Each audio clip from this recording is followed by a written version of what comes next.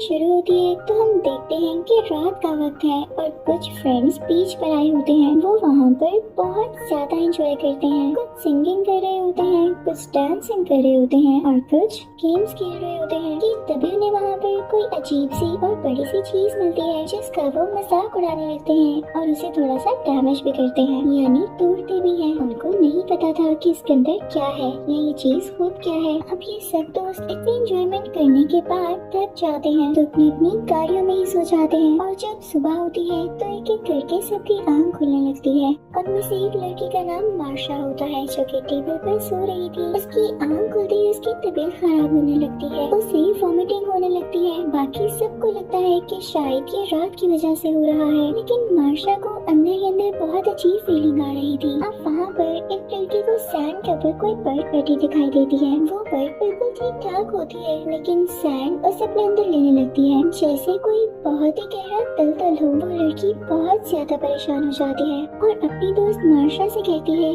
कि तुम सैंड पर पाँव मत रखना, वहाँ पर खतरा है। लेकिन इससे पहले मार्शा भी ना उसकी बात सुनती, वो सैंड पर पाँव रख चुकी थी और अब उसका पाँव भी सैंड के अंदर जाने लगता है। वो बहुत कोशिश करती है कि अपना पाँव बाहर निकाल सके लेकिन ऐसा नहीं कर पाती। वो अपने हाथों को यूज करते हुए भी अपने पाँव को बाहर निकालने वाली थी तो इसी वजह से उसके हाथ भी सैंड में फंस जाते हैं। वो घबरा जाती है और चिल्लाने लगती है। उसके दोस्त भी उसकी मदद को कैसे आते, वो भी सैंड में फंस जाते। तब किसी को भी समझ नहीं आ रहा था कि करना क्या है। अब मार्शा की हालत देखकर गाड़ी में बैठा हुआ उसका एक दोस्त उसकी मदद के लिए बाहर आता है। उसे सब लोग मना करते हैं लेकिन वो नहीं सुनता और जैसे ही वो सैंड के ऊपर जाता है तो वो गिर जाता है। वो मुंह के बल गिरा था तो वो सैंड के साथ स्टिक हो जाता है। वो बहुत कोशिश करता है कि खुद को उठा ले लेकिन उसकी स्किन तक सैंड के साथ चिपक रही होती है। उसकी बॉडी को सैंड ने काफी जख्मी कर दिया था। उसके दोस्त गाड़ी स्टार्ट करने लगते हैं कि अपने दोस्त को किसी तरह से ऊपर की तरफ खींच लें लेकिन उनकी गाड़ी भी स्टार्ट नहीं होती। तभी उस लड़के का एक और दोस्त उसकी तरफ रस्सी फेंकता है लेकिन अब वो लड़का इस कंडीशन में नहीं था कि उस रस्सी को पकड़ पाता और सैडली कुछ ही मिनट्स में उसकी पूरी बॉडी सैंड के अंदर चली जाती है। सब इसको इस तरह से रेत में जाके देखने के सिवा कुछ कर भी कह सकते थे। वो सब काफी डर जाते हैं और प्लान करते हैं कि जितनी जल्दी हो सके वो यहाँ से निकल जाएंगे। अब जो लड़का गाड़ी की ड्राइविंग सीट पर बैठा होता है उसका नाम जोना होता है। वो दोबारा से कोशिश करता है कि गाड़ी को स्टार्ट कर सके लेकिन ऐसा हो ही नहीं पा रहा था। तभी वहाँ पर हम एक हेल्दी से आदमी को देखते हैं। वो ड्रम में होता है और मूव करने लगता है तो उसके दोस्त उसे कहते हैं कि प्लीज तुम जरा सा भी मूव मत करना, अगर तुम हिले और नीचे गिर गए ना तो ये सैंड तुम्हें अपने अंदर ले आएगी। तो वो आदमी कहता है तुम लोग मेरे साथ मजाक कर रहे हो, क्योंकि उसने अपनी आंखों से सब कुछ नहीं देखा होता। वो सो रहा था और उसे दर्द हो रहा होता है तो वो मूव करने लगता है। तो एक लड़का बोलता है 2 घंटे तक कोई ना कोई हमारी हेल्प के लिए आ रहा है, हमने कॉल कर दी है, तो अगर तुम इसी में स्टिल रहोगे तो वो जल्दी हमें बचा लेंगे, प्लीज मेरी बात पर ध्यान दो। तो वो आदमी मान जाता है जबकि ऐसी बात नहीं थी, कोई हेल्प नहीं आने वाली थी। ये सब यहाँ पर स्टक थे। अब मार्शा की दोस्त सबसे कहती है हम सब ने इसी बीच पर तो कल पार्टी की थी, कल हमें ये सैंड क्यों नहीं कुछ कह रही थी और यहाँ पर बाकी भी तो लोग थे, वो कहाँ गए। अब ये लोग किस कर लेते हैं कि वो लोग भी रेत पे जा चुके हैं और अभी तक ये लोग रेत में इसलिए नहीं गए क्योंकि ये लोग डायरेक्ट रेत के ऊपर नहीं थे, अपनी कार्स में थे या किसी ऊंची जगह पर। इतनी देर में वो हेल्दी आदमी फिर से चिल्लाने लगता है कि मुझे सनराइज तंग कर रही है। तो उसका दोस्त उसकी तरफ सनस्क्रीन फेंकता है, कहता है कि इसे लगा लो तुम्हें सुकून मिलेगा। वो आदमी उसे लगा लेता है तो उसे थोड़ा सा सुकून आता है। तभी उन सब की नजर उस चीज पर पड़ती है जो रात को नहीं मिली थी और इन्होंने उसको डैमेज किया था। रात के अंधेरे में उस चीज का इतना पता नहीं चल रहा था लेकिन वो बड़ी सी चीज एक एग था जिसे इन्होंने तोड़कर या डैमेज करके बहुत बड़ी गलती की थी। अब उसके 2 टुकड़े हो चुके थे, यानी उसमें जो भी कोई चीज थी वो यकीनन अब बाहर आ चुकी थी। और ये भी हो सकता है कि जो क्रिएचर उस अंडे के अंदर से निकली है वो सैंड में रहती हो और वही इन सबको सैंड के अंदर लेकर जा रही है। अब मार्शा की दोस्त सैंड की तरफ कोई चीज फेंकती है तो सैंड उस चीज को भी अपने अंदर ले लेती है और यहाँ पर इन्हें पता चल जाता है कि वो क्रिएचर इस सैंड के अंदर ही है।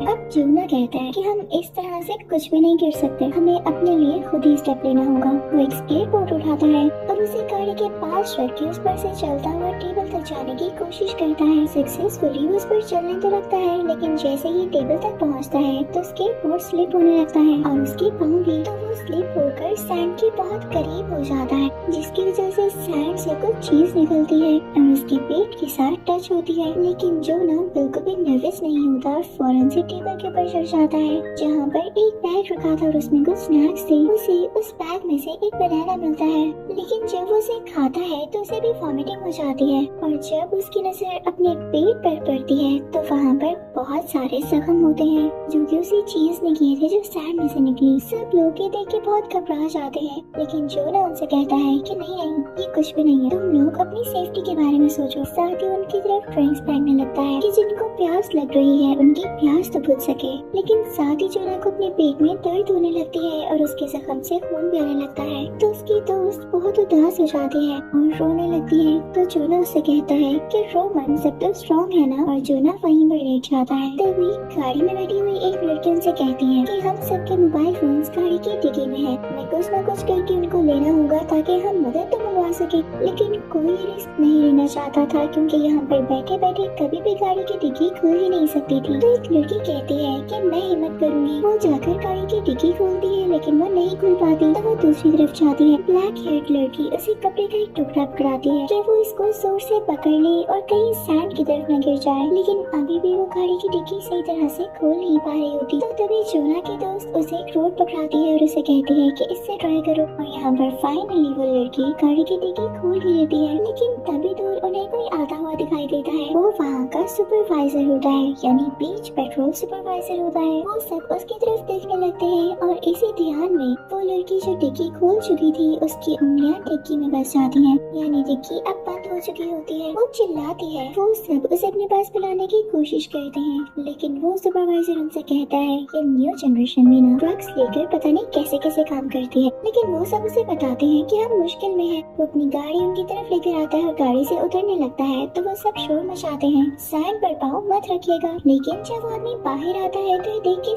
सब हैरान रह जाते हैं कि सैंड ने उसे कुछ भी नहीं किया होता। सबसे पहले तो वो जोना के पास जाता है और उसका पेट देख के काफी हैरान होता है कि ये सब किसने किया। उसके बाद वो उस हेल्दी आदमी को ड्रम से निकालने की कोशिश करता है, लेकिन उसका वेट काफी ज्यादा था तो वो अकेले ऐसा नहीं कर पाता और उनसे कहता है कि कुछ ही देर में मैं अपनी टीम को बुला लेता हूँ जो तुम लोगों को यहाँ से रेस्क्यू कर लेगी। लेकिन मुझे समझ नहीं आ रहा कि तुम लोग यहाँ पे कर क्या रहे हो। तो जोना की दोस्त उसे सब कुछ बताने की कोशिश करती है और कहती है कि हमारी दोस्त की उंगलियां गाड़ी की डिग्गी में फंसी हुई हैं। सुपरवाइजर उसके पास जाता है, लेकिन उसकी कोई हेल्प नहीं करता। तो जोना की दोस्त चिल्लाने लगती है। तो सुपरवाइजर उसके पास जाकर कहता है तुम मुझसे इतनी बदतमीजी क्यों कर रही हो, तुम्हारे साथ मसला क्या है। तो वो उसे बताती है कि क्या आपको नहीं दिख रहा कि हम मुश्किल में हैं, हम सैंड पर नहीं आ सकते। पहले ही सैंड ने हमारे दो दोस्तों को अपने अंदर निगल लिया है। सुपरवाइजर कहता है कि मुझे इन गेम्स में मत डालो, अगर ऐसी ही बात है तो मैं किसी सैंड पर खड़ा हूँ, तुम लोग फौरन से नीचे आओ। लेकिन जोना की दोस्त और उसका दोस्त नीचे नहीं आता क्योंकि वो जानते थे कि उनकी जान जा सकती है। तो वो सुपरवाइजर अपनी गन निकाल लेता है, लेकिन साथ ही साथ उसकी कीज भी सैंड पर गिर जाती है। सब उसे कहते हैं कि नहीं, सैंड पर अपना हाथ मत रखिएगा,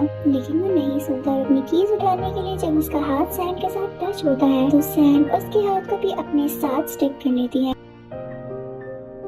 सुपरवाइजर के पास पेपर स्प्रे होता है जिसे वो सैंड पर स्प्रे करने लगता है, लेकिन कोई फायदा नहीं होता। वो क्रिएचर उसका आधा हाथ अपने साथ ले जा चुकी होती है और सुपरवाइजर का हाथ कट जाता है, जिससे बहुत खून आता है और वो चिल्लाने लगता है। तो जोना की दोस्त नीचे उतर के दूर से ही पेपर स्प्रे उठा लेती है कि शायद उस क्रिएचर को हराने में ही हमारी हेल्प कर सके। अब रही बात सुपरवाइजर की, तो वो बेचारा रेत में पूरी तरह से गिर जाता है और देखते ही देखते रेत उसे अपने अंदर ले जाती है। अब ऊपर कैबिन में जोना की दोस्त अपने साथी से कुछ बात करती है तो उन्हें समझ आ जाता है कि सुपरवाइजर को इसलिए कुछ नहीं हो रहा था क्योंकि उसके जूते मजबूत थे और नीचे से टॉवल के जैसे थे, यानी फाइबर्स वाले। तो वो लड़का अपने बाकी साथियों से कहता है कि मेरी तरफ टॉवल फेंको, इसे हम अपने पाँव पर बांधेंगे और यहाँ से निकल सकेंगे। जब उसके साथी उसकी तरफ टॉवल फेंकते हैं तब उसे कैच करने के चक्कर में केविन से नीचे गिर जाता है। नीचे गिरते ही रेत से बहुत सारी वेन्स टाइप या रूट्स जैसी चीजें बाहर आती हैं, जो कि वाकई में उस क्रिएचर के टेंटिकल्स हो सकते हैं। वो उसकी पूरी बॉडी के साथ चिपक जाते हैं और उसका खून पीने लगते हैं। और देखते ही देखते इसके साथ भी वैसा ही होता है जो कि बाकी साथियों के साथ हुआ था, यानी वो सैंड के अंदर कहीं गुम हो जाता है। और ये इंसिडेंट इनके दोस्तों के लिए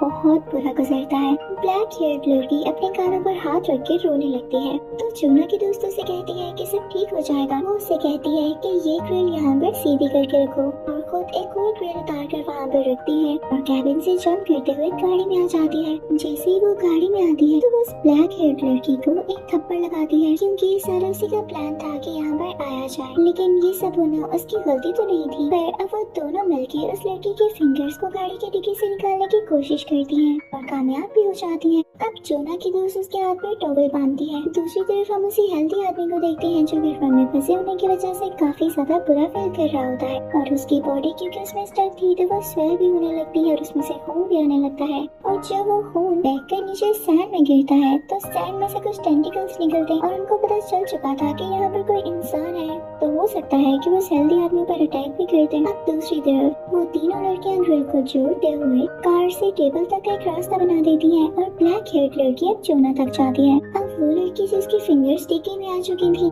तो वो जोना की दोस्त से कहती है कि अब तुम जाओ, क्योंकि मेरे हाथ से खून निकल रहा है और अगर ये सैंड पर गिर गया तो वो क्रिएचर हम पर अटैक कर सकती है। तो अब जोना की दोस्त भी उस तक पहुंच ही जाती है। अब सबसे एंड में वो इंजर्ड फिंगर्स वाली लड़की उस ग्रिल पर चलने लगती है, लेकिन बिल्कुल आखिर में पहुंचकर उसके हाथ से ब्लीडिंग होती है और ब्लड ड्रॉप नीचे सैंड पर गिरता है। तो वो क्रिएचर थोड़ी सी बाहर आती है, जिसे देख के वो लड़की डर जाती है और उसका बैलेंस खराब हो जाता है। तो वो बेचारी भी सैंड में गिर जाती है और सैंड उसे पूरी तरह से अपने अंदर ले लेती है। दूसरी तरफ हम उस हेल्दी आदमी को देखते हैं जिसके ड्रम पर काफी खून बह रहा होता है, तो वो टेंटिकल्स यानी रूट्स लाइक चीजें उसकी तरफ अट्रैक्ट होती हैं और ड्रम पर चढ़ने लगती हैं। ब्लैक हेयर लड़की को देखते हैं जो कि अपने पाँव पर काफी ज्यादा टॉवल्स बांधकर पैन के ऊपर चलने लगती है, तो उसे कुछ भी नहीं होता, तो वो काफी खुश होती है और अब सुपरवाइजर की गाड़ी के ऊपर खड़ी होती है। ये देखकर वो हेल्दी आदमी भी काफी खुश होता है और एंजॉय करने लगता है कि वो यहाँ से जल्दी निकल जाएंगे। लेकिन उसे क्या पता था कि वो टेंटिकल्स उसके ड्रम को नीचे से बिल्कुल खाली कर चुकी थी और अब वो टेंटिकल्स बड़े होकर उसकी पूरी बॉडी के इर्द गिर्द स्टिक हो जाते हैं और उसे सैंड के अंदर ले जाते हैं, जिससे वो बेचारा भी मारा जाता है। अब यहाँ पर ये क्रिएचर काफी बड़ी हो चुकी थी, क्योंकि इसने इतने ज्यादा लोगों को झुका लिया था। अब इसके टेंटिकल्स भी ज्यादा स्ट्रॉन्ग हो चुके थे। अब वो सीधा सुपरवाइजर की गाड़ी के पास आती है और उसे हिलाने लगती है, जिससे ब्लैक हेयर्ड लड़की गाड़ी के ऊपर ही गिर जाती है और उसका सर जब गाड़ी के साथ टकराता है तो वो बेहोश हो जाती है। अब जोना की दोस्त अकेली बची थी, क्योंकि बाकी सबकी हालत तो खराब थी, किसी का पेट इंजर्ड था और कोई बेहोश, तो वो घबरा जाती है। अब इसी तरह से रात हो जाती है और रात होते ही ब्लैक हेयर्ड लड़की को होश आ जाता है, तो वो वहाँ पर एयर बाथटब बिछाती है, जिस पर से जोना को लेते हुए वो गाड़ी तक पहुँच जाती है। और जब उनके पीछे पीछे जोना की दोस्त भी आ रही होती है तो वो क्रिएचर अपने टेंटिकल से गाड़ी का दरवाजा बंद कर देता है। सरप्राइजिंग बात ये थी कि उस क्रिएचर के टेंटिकल्स ग्लो कर रही थी, उनसे ब्लू कलर की कोई लाइट निकल रही थी। लेकिन जोना की दोस्त हिम्मत नहीं हारती और अब गाड़ी के ऊपर आ जाती है। तभी वो देखती है कि उसके पास गैसोलीन का कैन पड़ा है, तो वो क्रिएचर कैन को पकड़ लेता है, उसे छोड़ ही नहीं रहा होता। अब जोना की दोस्त टाइम वेस्ट ना करते हुए दूसरा कैन उठाती है और उसमें से गैसोलीन गाड़ी के चारों तरफ फेंकने लगती है, जिससे कुछ गैसोलीन क्रिएचर के ऊपर भी गिर जाती है और उसके बाद उसे आग लगा देती है, जिससे क्रिएचर के टेंटिकल्स को भी आग लग जाती है और वो तड़पने लगता है। जोना की दोस्त फौरन से गाड़ी के अंदर चली जाती है और दरवाजा बंद कर लेती है, लेकिन वो क्रिएचर दरवाजा खोलने की कोशिश करता है, लेकिन जल्दी शायद जलने की वजह से उस मॉन्स्टर की ताकत कम होने लगती है और वो जल्दी रेत के अंदर खुद ही समा जाता है। रात काफी हो चुकी होती है और ये तीनों काफी डरे हुए और थके हुए होते हैं, तो ये लोग गाड़ी में ही सो जाते हैं। अब जब सुबह होती है तो उनकी गाड़ी के शीशे पर कोई आदमी नॉक करता है, वो कोई पुलिस ऑफिसर लग रहा था। अब जब जोना की दोस्त बाहर निकल कर देखती है और सैंड पर पाँव रखती है तो उसके पाँव सैंड में स्टिक नहीं होते। साथ ही साथ ब्लैक हेयर्ड लड़की भी बाहर आ जाती है और अब वो दोनों वहाँ से निकल जाती है। क्रिएचर कल रात जलने की वजह से मर चुका था और इसीलिए सैंड में अब सुकून था, कोई मूवमेंट नहीं थी। जोना की उन जख्मों की वजह से डेथ हो चुकी होती है, जो कि बहुत ही सैड मोमेंट होता है। लेकिन मूवी के लास्ट सीन में हमें एक बहुत ही शॉकिंग बात पता चलती है कि वो क्रिएचर मरा नहीं है, वो अभी भी जिंदा है और समंदर में कहीं है और अब उसका नेक्स्ट निशाना शहर है यानी सिटी है। और इसी के साथ इस मूवी का यहीं पर एंड होता है। Thank you for watching.